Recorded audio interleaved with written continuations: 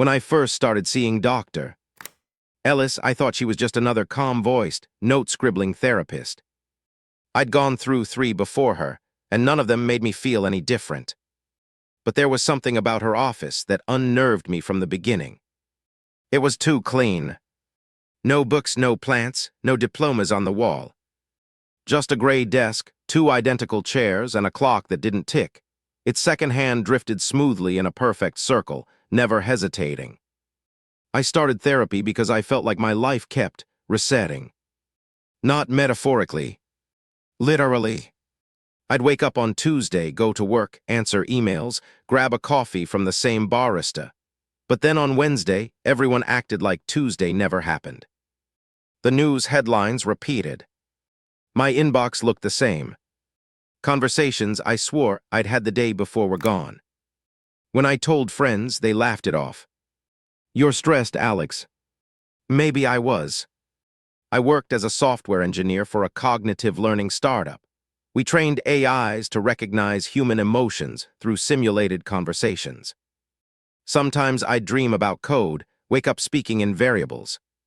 Dr. Ellis listened quietly as I explained all this. She had a voice like a sleep app, soft, neutral, steady. After I finished, she asked one question. When was the last time you felt something you were certain was real? It sounded harmless, but something about it hit me wrong. I told her this morning. I had coffee. She smiled. What did it taste like? I paused.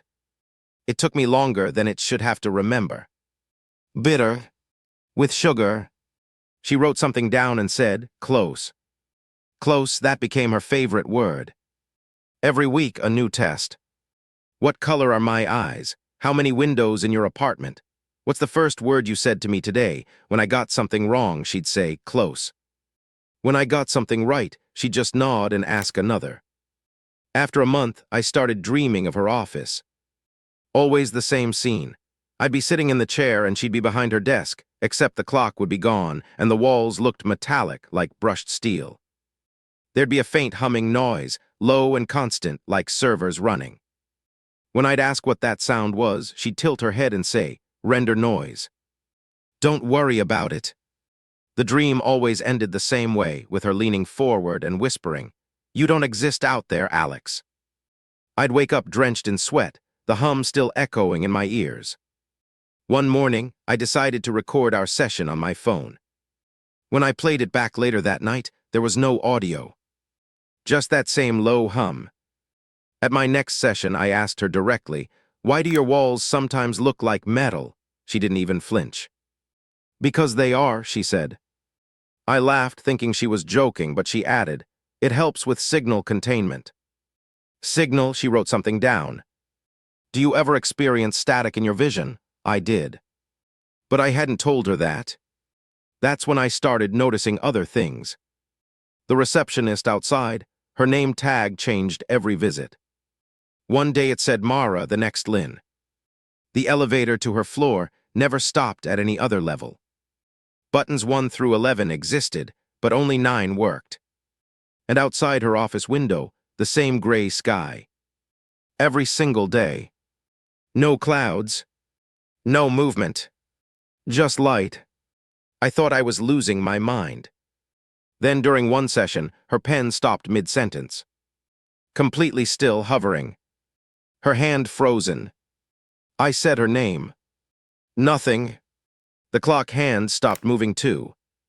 For 20 seconds, the whole room was suspended. Then with a faint click, time started again. She looked up like nothing happened. You were saying, I didn't answer. I bolted out the door. The elevator opened immediately, like it was waiting. I hit lobby. It went down exactly 9 floors, then stopped. The doors slid open to the same hallway as before. Same carpet. Same light. And Dr. Ella standing there, clipboard in hand. You're early for your next session, she said. I tried to run past her, but the hall stretched, the exit door sliding further away no matter how fast I moved. My legs felt heavy, like moving through water. Alex, she said gently, you're destabilizing. Sit down. I screamed, "What the hell are you?" She smiled. "The question is, what are you?" When I woke up, I was in her office again. My head ached. Wires were attached to my temples, pulsing faint blue light. The hum was louder now. "Memory anchor test," she said calmly. "Do you remember your mother's name?" Of course I did. I opened my mouth, and nothing came out. The image of her face flickered like static in my mind. Half-loaded. "Why can't I remember, doctor?" Ellis exhaled slowly. "The patch isn't holding. We'll try again." I ripped the wires off and stumbled out. The door opened to daylight, but outside wasn't a street. It was a warehouse filled with rows of chairs. Each chair had someone in it, wired up like I was. Each one looked like me. Hundreds of me. I screamed. The sound echoed tinny, like metal on metal. "Doctor." Ellis's voice came through a speaker overhead. "Don't be afraid, Alex. You're just an iteration. The real one couldn't handle the tests. We needed copies to study emotional decay." I ran. I don't even know how long. Everything blurred.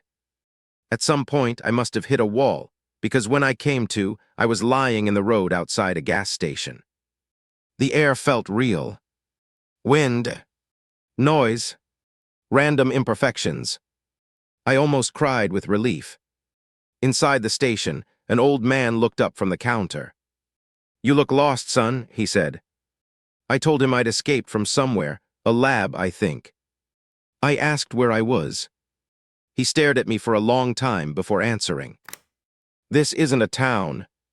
You're at the boundary." I turned toward the window.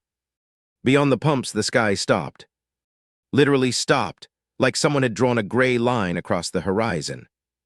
The world ended there, shimmering faintly like pixels. I backed away, shaking.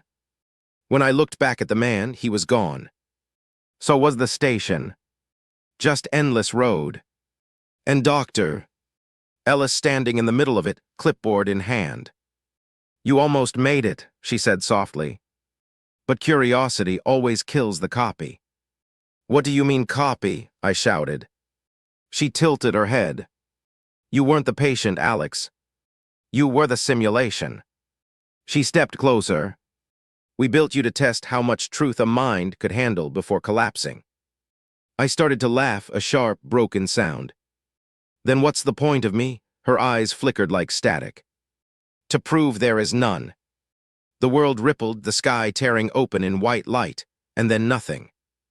I woke up in the chair again. Same humming. Same metallic walls. "Doctor." Ellis sat across from me, calm as ever. "Welcome back," she said. "Let's start again. When was the last time you felt something real?" My mouth moved on its own. "Never." The lights dimmed. Somewhere beyond the walls, alarms began to wail. She smiled wider than humanly possible. "Good. That means you're learning." The door behind her burst open. A man ran in, wearing the same lab coat. "Ellis, the real one's awake," she turned slowly. "Impossible. We deleted the original." "Then who's overriding the system?" The lights flickered, and in that moment I saw every version of myself on the monitors behind her. Hundreds of me, all looking at the camera, all smiling. And one of them, one with eyes a little darker, whispered through the speakers, "You think you're in control. But we've been watching you." "Doctor." Ellis froze.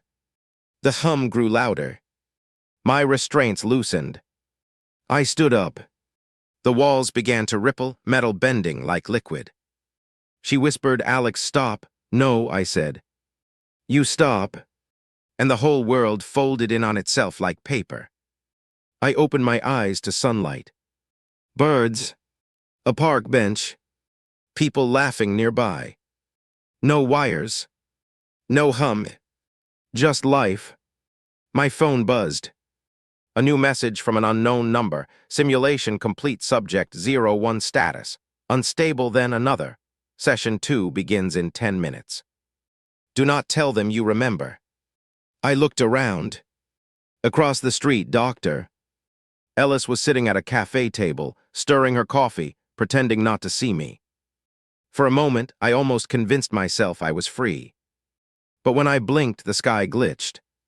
Just once, enough to make me wonder if this was the real simulation all along.